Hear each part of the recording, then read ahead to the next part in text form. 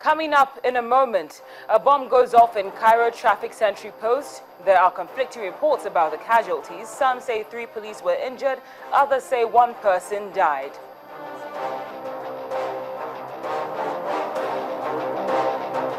Then, 2 months after the Ghana inferno, which left well over 100 people dead, investigations say it was caused by a lit cigarette.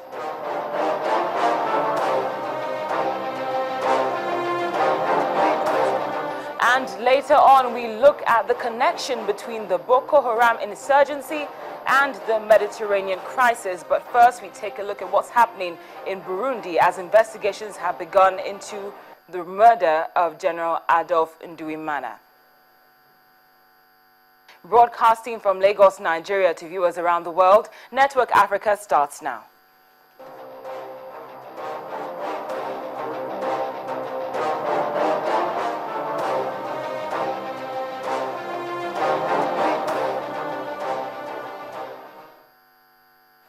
Hello and welcome to Network Africa on Channels Television with me, Cynthia Are. It's a brand new week with amazing possibilities, but before we take a look at our top stories, let's check in to see the top 3 stories which made headlines in Africa this past weekend.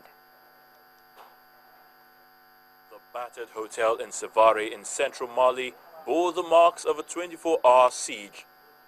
Security forces broke before dawn on Saturday, August the 8th, when they stormed the building to flush out suspected militants. Mali's Minister of Security and Civil Protection, General Sada Samake, confirmed the attack began early on Friday, that's August the 7th, in the morning, when gunmen burnt a vehicle close to a UN staff outside the hotel and then shot at them. After visiting the site, he said investigators found 1 burned body inside. A total of 12 people lost their lives in the process. Then, according to the British Foreign Secretary, the issue of illegal migration remains at its peak, as a surge in migrants, mostly from Africa, threatens not only the European Union's standard of living, but also the social infrastructure. The bloc may find it difficult to take in millions of people who are in search of a new life. As a result, the British government had already taken new measures to increase security in the area to prevent more influx of migrants. I think we have got a grip on the crisis. We saw a peak last week since when the number of illegal migrants has tailed off. We've taken a number of measures in collaboration with the French authorities and Eurotunnel, which are already having an effect, and over the next day or 2 I would expect to have an even greater effect. Border Force personnel in the control room, more fencing in place, additional guards hired. All of those things will slow down the flow and we will deal with this problem. Finally, Egypt's ousted former president Mohamed Morsi, who has been in detention for 2 years, is to undergo a medical examination at his request after he complained about prison food. The former president, who has diabetes, described the meals served to him as very bad and has refrained from eating prison food because he senses it's not safe for him. Now, more on that last part of the report that's concerning the former president of Egypt, Mohamed Morsi, who's gone on a hunger strike. If you're wondering why he's in prison, let's just take you through his profile here. First of all, he was Egypt's first democratically elected president and was ousted on July the 3rd, 2013. He went on trial on November of the same year, was accused of murder, detention, and torture of protesters. The murder charge was dropped in April 2015, but he was found guilty of torture and detention. He was then sentenced to death for involvement in the 2011 mass prison break after that incident. Now, more unfortunate incidents did happen this morning in the Egyptian capital of Cairo. Now, things got off to a bad start at a traffic sentry post near a courthouse in the capital as 3 policemen were wounded when a bomb exploded. This is the latest in a series of attacks to hit the Egyptian capital. Authorities there have pledged to end a wave of Islamist militant violence that has swept across the country, but sporadic attacks on high-profile locations in the city and elsewhere have persisted. No one has claimed responsibility for the bombing, in which a health ministry spokesman confirmed that 3 people were wounded. Well, for more on what's happening in the Egyptian capital, Cairo, and also to check in to see what's happening with the health of the former president, Mohamed Morsi, we go live to Cairo, where the Voice of America's Edward Iranian is standing by. Edward, thank you very much for joining us on Network Africa. My pleasure, Cynthia. Thank you. The report about the explosion has really not circulated very far on the Arab media. Egyptian media is saying 3 people were killed. It's really not a top story here. I think what most people are talking about is the heat wave. Apparently 21 people were killed yesterday or died yesterday from heat stroke. Of course, the heat has sort of searing, scorching through other parts of the Middle East as well. As far as the bombing goes, it was a very small bomb, artisanal bomb. The Egyptian authorities are saying 3 people were wounded. Sometimes the tallies are not correct, but that's what we're hearing at the moment.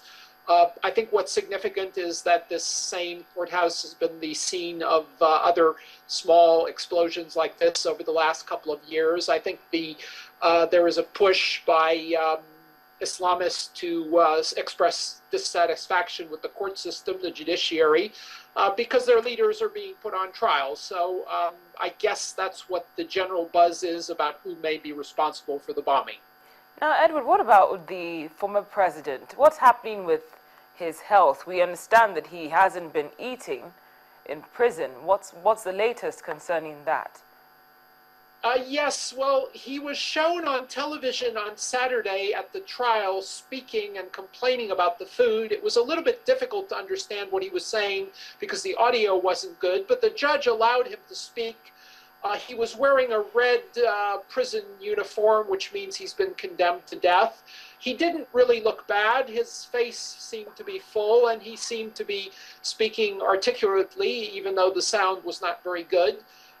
And he didn't exactly say he was going on a hunger strike. He just said he would not go and eat prison food. Now, here in Egypt, families are allowed to bring food for their prisoners. Perhaps since he's a high-profile prisoner, the prison may be a little bit more stringent about whom they accept food from. But there were articles in the Egyptian media maybe a few months back that he was eating sort of an Egyptian dish called duck with freak, which is sort of a wheat dish, his favorite. I think what's significant is that he has diabetes. He's also had a brain tumor that was removed some years ago. But he didn't look too bad in the video that was shown on Saturday. Well, finally, Ed, I have to ask at this point, could his health condition lead to them giving him a lesser sentence or probably being released?